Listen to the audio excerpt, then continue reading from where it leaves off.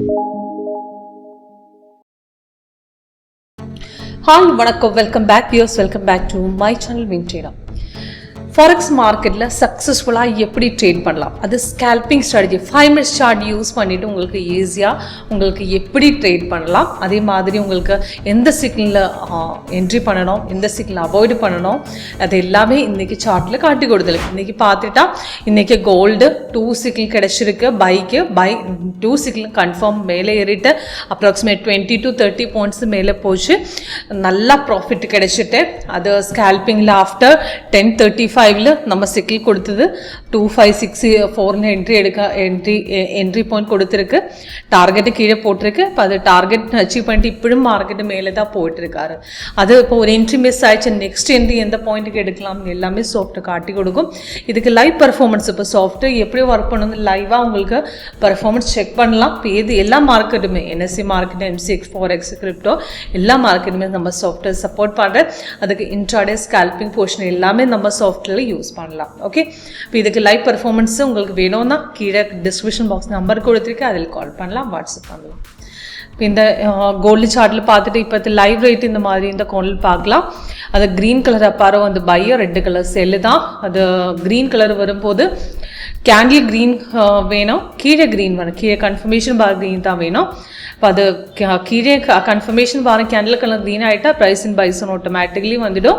இப்போ அது next candle opening ரேட்டுக்கு ட்ரேட் எடுத்துக்கலாம். இப்போ இந்த கேண்டில் இது பார்த்துட்டா 2559 என்ட்ரி போட்டதுக்கு அப்புறம் மார்க்கெட்டு மேலே ஏறிட்டு ஒரு 66 வரை மேலே ஏறதுக்கு அப்புறம் மார்க்கெட்டு கொஞ்சம் கீழே போச்சு. அதுக்கப்புறம் செல்லு கொடுத்தது, செல்லு கீழே வந்து பார்த்துட்டா அது ரெட்டெல்லாம் அது ஆரஞ்சு கலர் தான், அந்த ட்ரேட் எடுக்கக்கூடாது.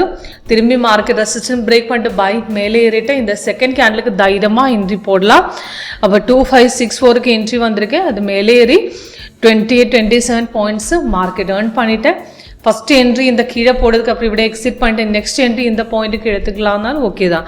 தேர்ட் இப்போ இது ரெசிஸ்டன்ஸ் பிரேக் பண்ணிட்டு எகெயின் மார்க்கெட்டு மேலே ஏறிட்டு லாஸ்ட் பிரேக் அவுட் போயிட்டாலும் அப்ராக்சிமேட் 2582க்கு பிரேக் அவுட் போயிது, 98 போயிடுச்சு. 10 பாயிண்ட்ஸ் இந்த லாஸ்ட் பிரேக் அவுட்லும் கிடைச்சிருக்கு.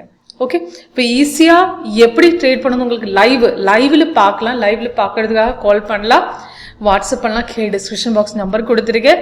நம்ம லேட்டஸ்ட் வெர்ஷனுக்கு அந்த எக்ஸ்ட்ரா கலர் அந்த கலர் சேஞ்சு வந்து உங்களுக்கு பார்த்துட்டா தெரியும். ப்ளூ, ஆரஞ்சு, ஒயிட் இது எல்லாமே சைட்வேஸில் தான்.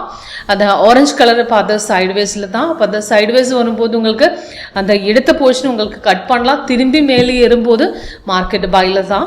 அல்ல அந்த கீழே உங்களுக்கு பார்த்துட்டா அந்த கன்ஃபர்மேஷன் பார் க்ரீனாக இருந்தால் உங்களுக்கு பேஷன்ஸ் இருந்தால் அது கண்டிப்பாக அந்த ஹோல்ட் பண்ணலாம். இப்போ அது கீழே இருந்த மார்க்கெட்டு பைல தான் திரும்பி மேலே ஏறதுக்கு சான்ஸ் இருக்குது.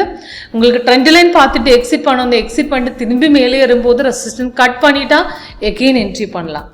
ஓகே, இப்போ சிம்பிளாக யூஸ் பண்ணலாம். இப்போ ஃபாரெக்ஸில் எல்லா மார்க்கெட்லையும் சேம் ஸ்ட்ராட்டஜி யூஸ் பண்ணிட்டு உங்களுக்கு ட்ரேட் பண்ணலாம். அதுக்கு ஒரு லைவ் டெமோ உங்களுக்கு பார்க்கணுன்னா கால் பண்ணுங்க, வாட்ஸ்அப் பண்ணுங்க, கீழே டிஸ்கிரிப்ஷன் பாக்ஸ் நம்பர் கொடுத்துருக்கேன். ஓகே, இப்போ ஃபாரெக்ஸ் மார்க்கெட்டில் 31 hour 4 hour தான் ஆக்குரேட் டைம் ஃப்ரேமு. 5 minutes உங்களுக்கு ஸ்கேல்பிங், 5 minutes உங்களுக்கு எல்லா சிக்னலுமே எடுக்கக்கூடாது. இப்போ சிக்னல் வரும்போது கன்ஃபர்மேஷன் ஒரு பிரேக் அவுட் ரெசிஸ்டன்ஸ் பிரேக் பண்ணும்போது அந்த கேண்டில் பிக் பண்ணுங்க, அந்த கேண்டில் ஆக்குரேட்டாக இருக்கும். ஓகே.